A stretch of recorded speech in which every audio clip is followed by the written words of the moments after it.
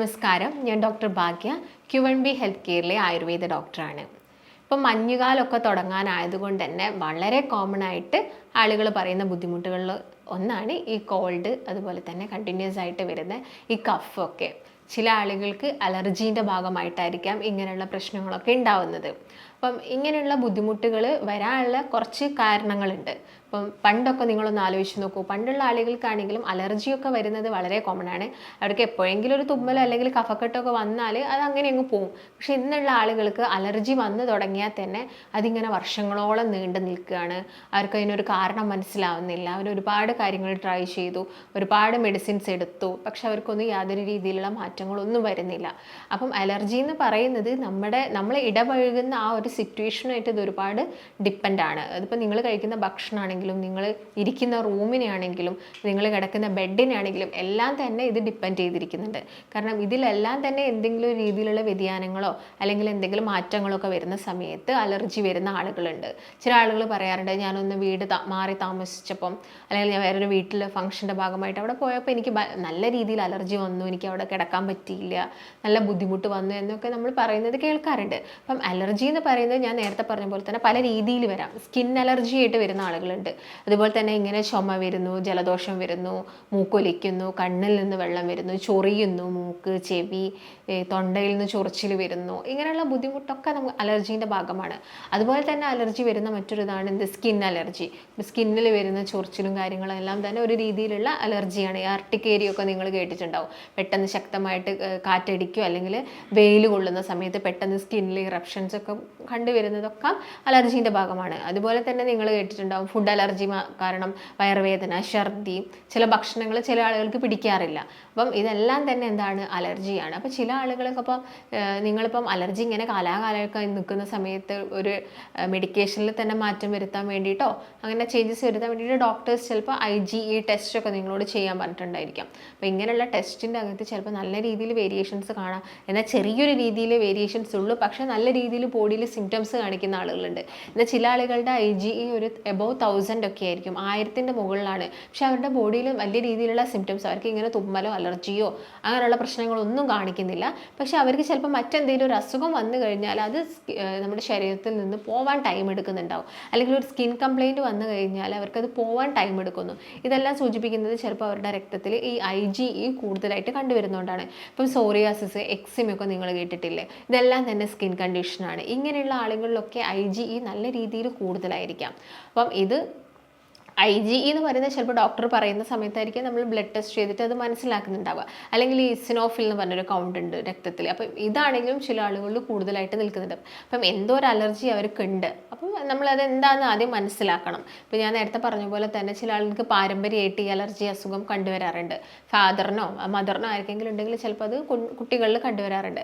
അതുപോലെ തന്നെ മറ്റൊരു മെയിൻ റീസൺ എന്ന് പറയുന്നത്, നിങ്ങളിപ്പം ഞാൻ പറഞ്ഞ പോലെ ഒന്നും ക്ലീൻഡ് അല്ല, നിങ്ങൾ യൂസ് ചെയ്തിരിക്കുന്ന പുതപ്പ് തന്നെ കണ്ടിന്യൂസ് ആയിട്ട് ഒരു 1 മന്തോളം യൂസ് ചെയ്യുന്നു, അല്ലെങ്കിൽ ബെഡ്ഷീറ്റ് കുറേ കാലത്തേക്ക് യൂസ് ചെയ്യുന്നു, റൂമൊന്നും ക്ലീൻ ചെയ്യുന്നില്ല, എപ്പോഴും പൊടി പിടിച്ചിരിക്കുകയാണെങ്കിൽ ഇങ്ങനെയുള്ള ആളുകൾക്ക് അലർജി വരാനുള്ള ചാൻസസ് കൂടുതലാണ്. അപ്പോൾ അവരിൽ ഓൾറെഡി ഉള്ള ആളുകളിൽ ഇത് കൂടാനുള്ള ഒരു കാരണമാണ് ഈ പറഞ്ഞതൊക്കെ. പിന്നെ മറ്റൊന്നെന്ന് പറയുന്നത് വ്യായാമക്കുറവാണ്. നമ്മുടെ ബോഡിയിൽ നമ്മൾ വ്യായാമം ചെയ്യുന്നതാണെങ്കിലൊക്കെ ഈ ഹിസ്റ്റമൈൻ എന്ന് പറയുന്ന ഹോർമോൺസിനെയൊക്കെ നോർമൽ ചെയ്യാൻ വേണ്ടിയിട്ട് ഈ വ്യായാമം നന്നായിട്ട് ഹെൽപ്പ് ചെയ്യുന്നുണ്ട്. അതുകൊണ്ടാണ് പണ്ടുള്ള ആളുകളിൽ അലർജി പൊതുവേ കുറവായിട്ട് നമ്മൾ കണ്ടത്. പിന്നെ ക്ലൈമറ്റിലൊക്കെ ഒരുപാട് ചേഞ്ചസ് വന്നു. അപ്പോൾ പണ്ടുള്ള പോലെയാണെങ്കിൽ ഒരുപാട് മരങ്ങളൊക്കെ ആണെങ്കിലും നമ്മൾ പ്രൊട്ടക്റ്റ് ചെയ്യാനൊക്കെ ആണെങ്കിലും ഈ പൊടിയൊക്കെ പിടിച്ച് വെക്കാനൊക്കെ ഉണ്ടായിരുന്നു. പക്ഷെ ഇപ്പം അങ്ങനെയല്ല. എല്ലാം തന്നെ ക്ലൈമറ്റിൽ നല്ല രീതിയിൽ ചേഞ്ച് വന്നതുകൊണ്ടും അലർജി വരാനുള്ള ചാൻസസ് കൂടുതലാണ്. മറ്റൊന്നെന്ന് പറയുന്നത് ഉറക്കക്കുറവാണ്. ഇന്നത്തെ സമൂഹത്തിനെ വെച്ച് നോക്കുകയാണെങ്കിൽ അവർ കൂടുതൽ ഉണർന്നിരിക്കുന്നത് രാത്രിയും കിടന്നുറങ്ങുന്നത് പകലും. അതായത് അവരുടെ ആ റിതം, സർക്കാഡിയൻ റിതത്തിൽ തന്നെ നല്ല രീതിയിൽ അവരുടെ ഈ ബയോളജിക്കൽ ക്ലോക്ക് കറക്റ്റായിട്ടല്ല പോകുന്നത്. കറക്റ്റായിട്ടുള്ളൊരു ഡെയിലി അല്ലെങ്കിൽ ലൈഫ് ഒരു കറക്റ്റായിട്ടുള്ളൊരു റൂട്ടീൻ അല്ലെങ്കിൽ കറക്റ്റായിട്ടുള്ളൊരു സൈക്കിളിലൂടെയല്ല കടന്നു പോകുന്നത്. അപ്പം ഇതിൻ്റെ ഭാഗമായിട്ടും ഈ ഹിസ്റ്റമൈൻ എന്ന് പറയുന്ന ഈ ഒരു അലർജൻ നമ്മുടെ ശരീരത്തിൽ അലർജി ഉണ്ടാക്കുന്ന ഹോർമോൺസ് എന്താവുന്നു, നല്ല രീതിയിൽ ചേഞ്ച് ആവുന്നു ബോഡിയിൽ. അതിൻ്റെ ഭാഗമായിട്ട് നിങ്ങൾക്ക് പ്രശ്നം വരുന്നു. അതുപോലെ തന്നെ മറ്റൊന്നെന്ന് പറയുന്നത് ഭക്ഷണം തന്നെയാണ്.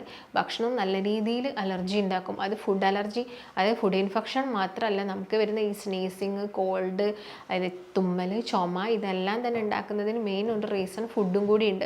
അപ്പോൾ ഫുഡിൽ തന്നെ നമ്മൾ പറയുകയാണെങ്കിൽ റെഡ് മീറ്റ് അമിതമായിട്ട് കഴിക്കുന്ന സമയത്ത് ഈ ഹിസ്റ്റമൈൻ ഹോർമോണിൽ ചേഞ്ചസ് വരുന്നു. അപ്പോൾ റെഡ് മീറ്റൊക്കെ ഓവർ കഴിക്കുന്ന ആളുകളിൽ അലർജി വളരെ കോമൺ ആയിട്ട് കണ്ടുവരാറുണ്ട്. അപ്പം ചില ആളുകൾ അലർജിയൊക്കെ വരുമ്പം അവരൊന്ന് ട്രാവൽ ചെയ്ത് വരുമ്പോഴേക്കും അവരുടെ കണ്ണെല്ലാം തന്നെ ചുവന്ന് അവർക്ക് നല്ല ചൊറിച്ചിലായിരിക്കാം. അപ്പം ഇതൊക്കെ തന്നെ എന്താണ്, അവർ കഴിക്കുന്ന ഭക്ഷണത്തിനെയും ഡിപ്പെൻഡ് ചെയ്യുന്നുണ്ട്.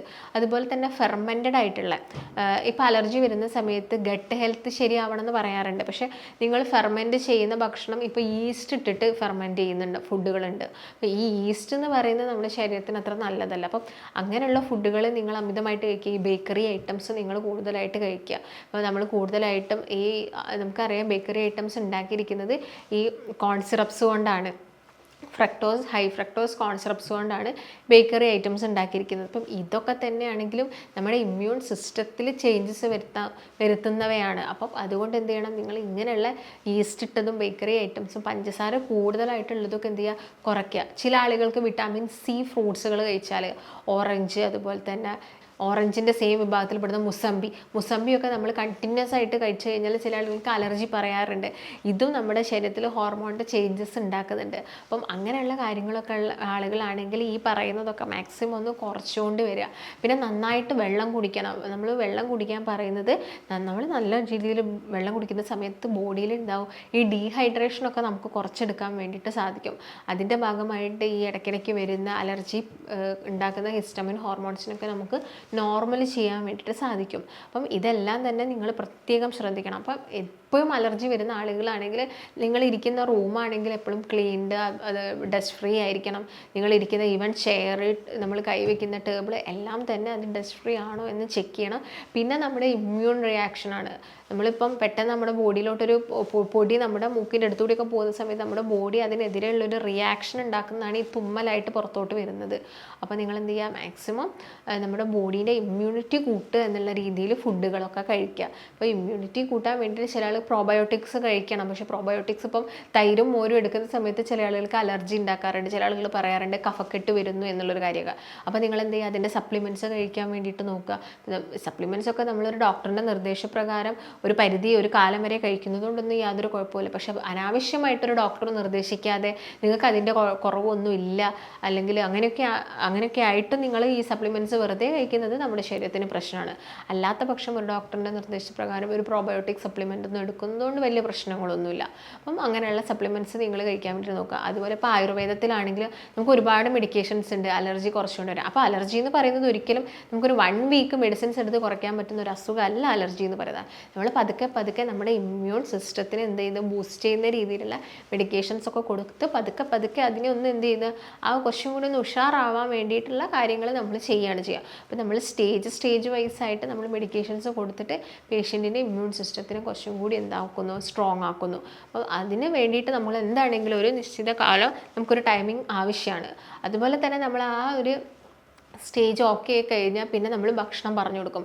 ഈ ഭക്ഷണങ്ങളൊക്കെ നന്നായിട്ട് കഴിക്കുക. എല്ലാം തന്നെ നമുക്ക് കഴിക്കുന്നതുകൊണ്ട് കുഴപ്പമില്ല, പക്ഷേ അമിതമാവാതിരുന്നാൽ മതി. ഇപ്പം ഞാൻ നേരത്തെ പറഞ്ഞ പോലെ ഈ ബീഫ് മട്ടനൊക്കെ നമുക്ക് കഴിക്കുന്നതുകൊണ്ട് കുഴപ്പമില്ല, പക്ഷെ ഒന്നും അമിതമാവരുത്. അപ്പോൾ അമിതമാവാണ്ട് അതൊക്കെ നോക്കുക. ഈ ബേക്കറി ഐറ്റംസ് കാര്യങ്ങളൊക്കെ നിങ്ങൾ മാക്സിമം നിങ്ങളുടെ ഡയറ്റിൽ നിന്ന് കട്ട് ചെയ്യുക. അതുപോലെ തന്നെ ഈ ഷുഗറി ആയിട്ടുള്ള ഡ്രിങ്കുകളുണ്ട്, കോള, പെപ്സി ഒക്കെ പോലുള്ള, അതൊക്കെ നിങ്ങൾ മാക്സിമം കട്ട് ചെയ്യുക. ഫ്രൈഡ് ആയിട്ടുള്ള ഐറ്റംസ് ഒക്കെ ഒന്ന് കുറച്ചുകൊണ്ട് വരിക. എന്നിട്ട് കറക്റ്റായിട്ട് നിങ്ങൾ മെഡിക്കേഷൻസ് ഒക്കെ എടുക്കുന്നുണ്ടെങ്കിൽ ഇപ്പോൾ നമുക്കത് സ്കിന്നിൽ വരുന്ന സ്കിൻ കംപ്ലയിൻറ്റ്സ് ആണെങ്കിലും അതുപോലെ തന്നെ ഈവൻ നിങ്ങളുടെ ശ്വാസകോശമായിട്ട് ബന്ധപ്പെട്ട് വരുന്ന ബുദ്ധിമുട്ടുകളാണെങ്കിലൊക്കെ നമുക്കത് കുറച്ചെടുക്കാൻ വേണ്ടിയിട്ട് സാധിക്കും. ഇപ്പോൾ ആയുർവേദത്തിലാണെങ്കിലും മഞ്ചിഷ്ട നിങ്ങൾ കേട്ടിട്ടുണ്ടാവും, വളരെ ബെസ്റ്റ് ആയിട്ടുള്ളൊരു റെമഡിയാണ് ഈ നമ്മുടെ ശ്വാസകോശത്തിനും അതുപോലെ തന്നെ ഇങ്ങനെയുള്ള അലർജിക് ബുദ്ധിമുട്ടുകളൊക്കെ കുറയ്ക്കാൻ വേണ്ടിയിട്ട്. അതുപോലെ തന്നെ ഇപ്പം ഹരിദ്രാകാണ്ഡം അങ്ങനെയുള്ള ഒരുപാട് മെഡിക്കേഷൻസ് ആയുർവേദത്തിലുണ്ട്. അപ്പോൾ നമ്മളത് കറക്റ്റായിട്ട് ആളുടെ ഹിസ്റ്ററിയൊക്കെ എടുത്തിട്ട് ആൾക്ക് ഏത് രീതിയിലാണ് ബുദ്ധിമുട്ട് വരുന്നത് സീസൺ അനുസരിച്ചിട്ടൊക്കെ നമ്മൾ കറക്റ്റായിട്ട് മെഡിക്കേഷൻസ് കൊടുക്കുകയാണെങ്കിൽ നമുക്കിത് മാറ്റിയെടുക്കാവുന്നതേ ഉള്ളൂ. അപ്പം ആദ്യം നിങ്ങൾ ശ്രദ്ധിക്കേണ്ടത് കറക്റ്റായിട്ടൊരു 8 മണിക്കൂർ ഉറങ്ങണം. അതുപോലെ തന്നെ എല്ലാ ദിവസവും ഏതെങ്കിലും രീതിയിലുള്ളൊരു വ്യായാമങ്ങൾ ചെയ്യുക. വ്യായാമം ചെയ്യാന്ന് പറയുമ്പോൾ സ്റ്റാർട്ടിങ് തന്നെ നിങ്ങൾ വളരെ വിഗറസ് ആയിട്ടുള്ള എക്സസൈസ് ഒന്നും ചെയ്യേണ്ട, വളരെ പതുക്കെ നടക്കുക, അങ്ങനെ എന്തെങ്കിലും ലൈറ്റായിട്ടുള്ള എക്സസൈസൊക്കെ സ്റ്റാർട്ട് ചെയ്യുക. പിന്നെ നന്നായിട്ട് വെള്ളം കുടിക്കുക. 8 മുതൽ ഒരു 12 ഗ്ലാസ് വെള്ളം എല്ലാ ദിവസവും രാത്രി ഒരു 8 മണിക്ക് മുൻപായിട്ട് വെള്ളമൊക്കെ കുടിക്കുക. അതുപോലെ തന്നെ ചില ആളുകൾക്ക് ഫ്രൂട്ട്സ് കഴിക്കുന്ന സമയത്ത് ചില ചില ഫ്രൂട്ട്സുകൾ നമുക്ക് മുന്തിരി പോലുള്ള ഫ്രൂട്ട്സൊക്കെ കഴിക്കുന്ന സമയത്ത് അലർജി കൂടാറുണ്ട് എന്ന് പറയാറുണ്ട്. അങ്ങനെയാണെങ്കിൽ ആ ഒരു ഫ്രൂട്ട്സ് നിങ്ങൾ ചിലപ്പോൾ കുറച്ച് കാലത്തേക്ക് ഒഴിവാക്കേണ്ടി വരും. അപ്പോൾ നമുക്ക് അലർജിയൊക്കെ മാറി നമ്മൾ കറക്റ്റായിട്ടൊരു സ്റ്റേജിലോട്ട് വരികയാണെങ്കിൽ നമുക്കതൊരു ചെറിയ എമൗണ്ടിൽ നിന്നും കഴിക്കുന്നത് കൊണ്ട് യാതൊരു പ്രശ്നവുമില്ല.